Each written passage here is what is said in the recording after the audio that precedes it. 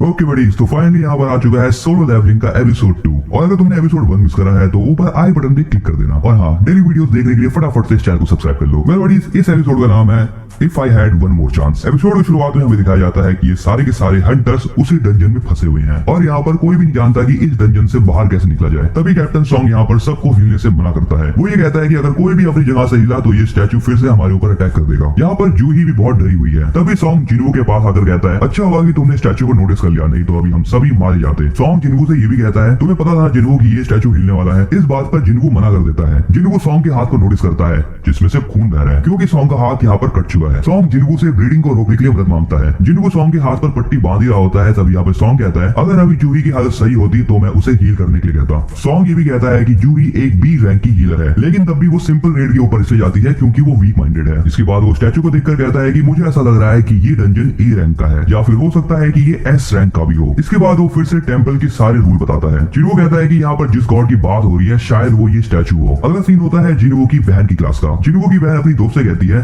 Class start होने वाली है, तुम कहाँ चली गई थी? जिसका आंसर देते हुए उसकी दोस्त कहती है कि उसे कुछ काम आ चुका था। तभी हमें बताया जाता है कि जिन्वू की बहन का नाम है जिन्हा। जिन्हा की दोस्त उससे कहती है कि तुम्हारा भाई हंटर है ना? जिन्हा कहती है हाँ, लेकिन वो एक ई रैंक हंटर है, इसीलिए जब भी वो मिशन से आता है उसके शरीर पे हमेशा कोई ना कोई चोट रहती है। जिसके बाद जिन्हा अपनी दोस्त से कहती है कि तुमने ऐसी बात क्यों पूछी? उसकी दोस्त कहती है कि उसने ये बात बस ऐसी पूछ ली, लेकिन तभी वो खुद से कहती है कि अगर मैं उसकी जगह होती तो मेरी हालत ऐसी नहीं होती। अगला सीन फिर से डंजन का होता है। यहाँ पर सॉन्ग जिन्वू को कहता है, मुझे लगता कि हम उसके ओपोनेंट हैं। सॉन्ग जिन्वू से बात कर ही रहा होता है कि तभी पीछे से एक हंटर चिल्लाता है, मैंने एक बहुत बड़ी एसोसिएशन के साथ कॉन्ट्रैक्ट किया है, इसलिए मैं अभी यहाँ पे नहीं मर सकता। वो ये बताता है कि उसे अपनी स्पीड के ऊपर इतना भरोसा है कि वो किसी के भी अटैक से बच सकता है। लेकिन जैसे वो अपनी फुल स्पीड का यूज करके गेट की तरफ भागता है, स्टैचू ऑफ गॉड अपनी लेजर बीम से उसका पूरा शरीर उड़ा देता है, बस उसके पैर बच जाते हैं। लिटरली बडीज, यहाँ पर ये वाला सीन बहुत भयानक था। इस हंटर के साथ अभी अभी जो हुआ ये देखकर बाकी के हंटर दोबारा से खौफ में आ जाते हैं। सॉन्ग कहता है कि ये चीज हमें चींटी की तरह कभी भी मसल सकती है। बट यहाँ पर जिन्वू थोड़ा कंफ्यूज है और वो कहता है, अगर ऐसी बात है तो इस स्टैचू ने हमारे ऊपर अभी तक अटैक क्यों नहीं करा? एंड यहाँ पर थोड़ी देर तक सोचने के बाद जिन्वू सॉन्ग से टेंपल का फर्स्ट रूल पूछता है, जिस पर सॉन्ग कहता है, फर्स्ट रूल ये है कि गॉड की पूजा करो। ये सुनने के बाद जिन्वू खड़ा होने लगता है, जिसे देखकर सॉन्ग कहता है कि मुझे लगता है कि तुमने अभी तक हार मानी है। जैसे ही वो पूरा खड़ा होने की कोशिश करता है, यहाँ पर तभी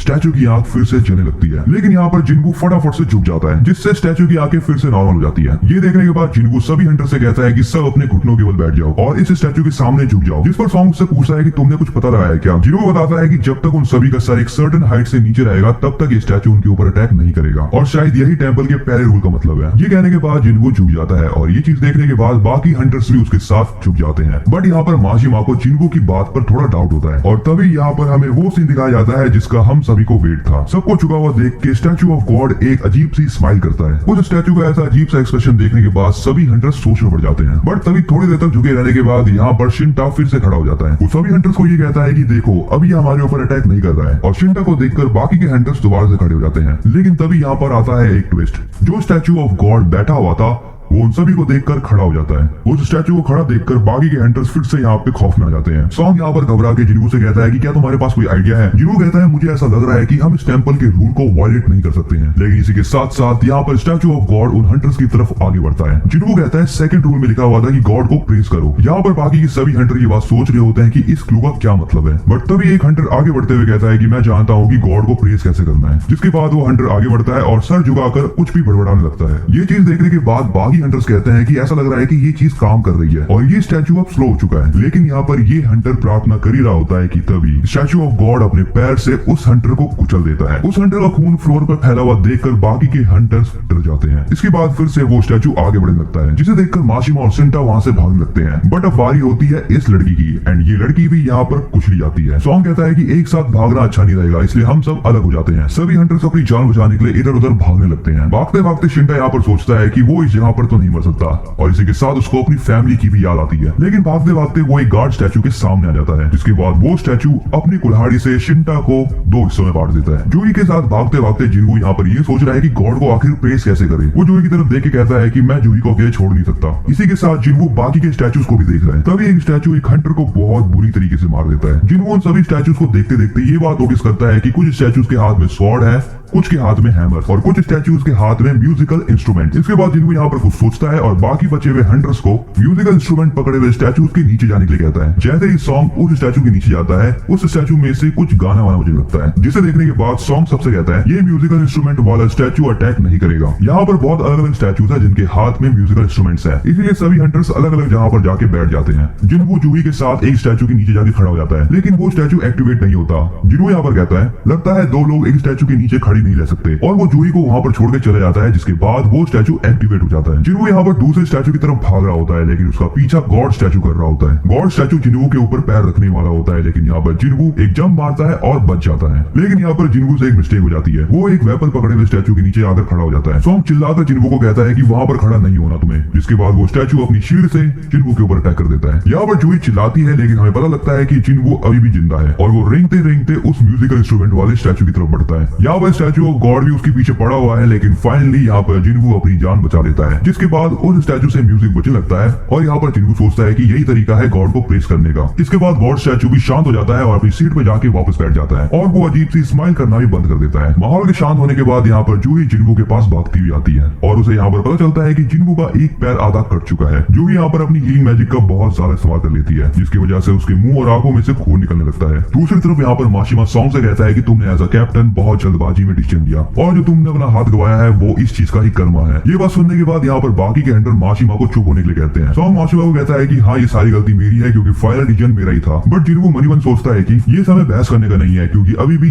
बहुत से रूल बचे हुए हैं। ये लोग यहाँ पर देखते हैं कि अचानक से गॉड स्टैचू अपना हाथ उठाता है, जिसके बाद यहाँ पर एक भूकंप आ जाता है और जमीन से एक चीज निकलती है, जिसे देखने के बाद जिन्हू बताता है कि ये एक ऑल्टर है, और माइथोलॉजी के अकॉर्डिंग ये गॉड को सैक्रिफाइस देने के लिए यूज करा जाता है। और इसी के साथ वो तीसरा रूल बताते हुए कहता है कि बिलीव द गॉड। तभी माशिमा यहाँ पर कहता है कि जिन्हू मुझे पता है कि इसका मतलब क्या है, एंड यहाँ पर माशिमा अपनी तलवार निकालकर सॉन्ग के गले पर रख देता है। माशिमा कहता है कि मेरा दोस्त अपनी वाइफ से मिलने से पहले ही मारा गया, और वो सॉन्ग से कहता है तुमने ही कहा था कि ये सारी की सारी रिस्पॉन्सिबिलिटीज तुम्हारी है। माशिमा की ये सारी बातें सुनने के बाद सॉन्ग कहता है कि चलो ठीक है मैं अकेले जाता हूँ। पीछे बैठा हुआ जिन्हू यहाँ पर सोच रहा होता है कि ये अकेले कैप्टन की गलती नहीं है, हम सब ने ही यहाँ पर आने के लिए वोट किया था। जैसे ही सॉन्ग उस ऑल्टर के पास आगे खड़ा होता है, तभी वहाँ पर एक आग जलने लगती है, जिसे देखने के बाद सॉन्ग जिन्हू से कहता है कि मुझे कुछ और भी करना है। जिन्हू कहता है मुझे चेक करना पड़ेगा, और तभी वो इन दोनों हंटर्स की मदद मांगता है। वो उन दोनों से कहता है कि तुम मुझे ऑल्टर तक ले जाओ। जिन्हू और वो दोनों हंटर जैसे ही वहाँ पर जाते हैं, तभी वहाँ पर और भी ज्यादा आग जलने लगती है। जिन्हू सॉन्ग को कहता है कि उसको अभी तक पता नहीं चला कि आखिर करना क्या है। जिन्हू सॉन्ग से ये भी कहता है कि अगर हम यहाँ पर वेट करेंगे तो क्या हमें कोई रेस्क्यू करने आएगा। सॉन्ग कहता है कि डंजन क्रिएट होने के बाद आज 7वां दिन है, और मुझे लगता है कि हमारे रेस्क्यू होने से पहले वो लोग एक्शन ले लेंगे। जिन्हू यहाँ पर सोचता है कि 7वें दिन बाद गेट पूरा खुल जाएगा,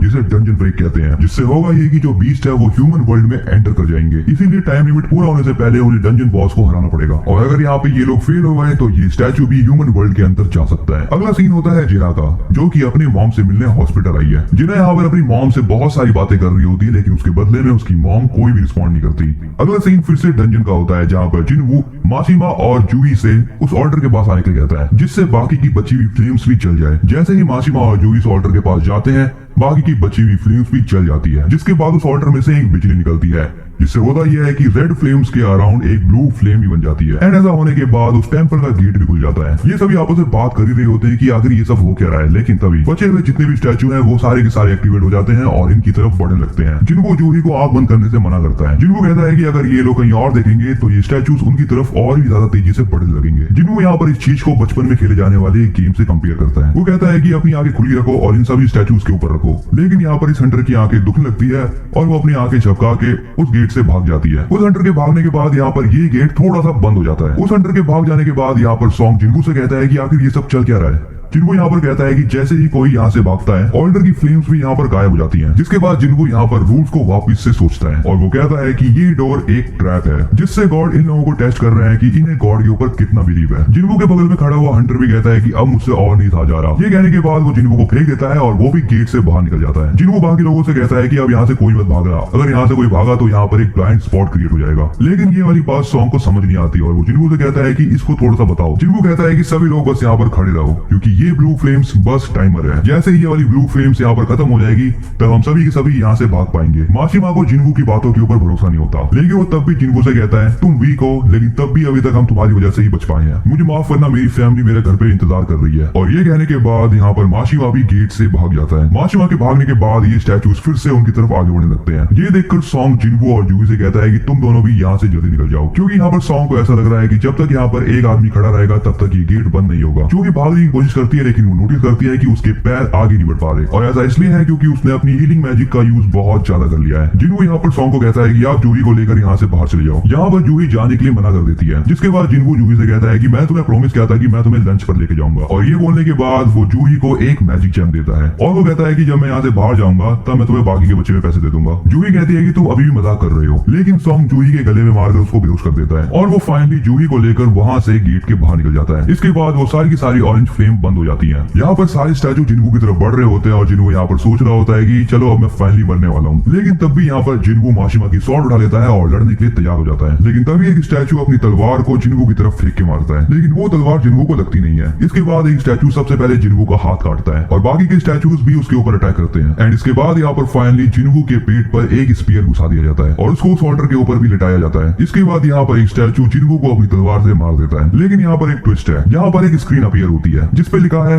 the secret quest courage of the week, और उस पे ये भी लिखा है कि तुम एक प्लेयर बनने के लिए क्वालिफाइड हो चुके हो। तुम्हारा हार्ट 0.2 सेकंड में काम करना बंद कर देगा अगर तुमने प्लेयर बनना एक्सेप्ट नहीं किया तो। एंड यहाँ पर कोई तो येस का ऑप्शन सिलेक्ट करता है और यहाँ पर जिन्वू के साथ क्या हुआ, ये क्या चीज है, ये सब कुछ हमें पता चलेगा अगले एपिसोड के अंदर। और अगर तुम उस एपिसोड की कमाल की एक्सप्लेनेशन देखना चाहते हो तो फटाफट से इस चैनल को सब्सक्राइब कर लो। और हाँ, तुम मुझे कमेंट बताना कि ये वाला एपिसोड तुम्हें कैसा लगा, और अगर तुम्हें ये वीडियो पसंद आई है तो इस वीडियो को फटाफट से लाइक कर दो और अपने दोस्तों के साथ शेयर करना मत भूलना।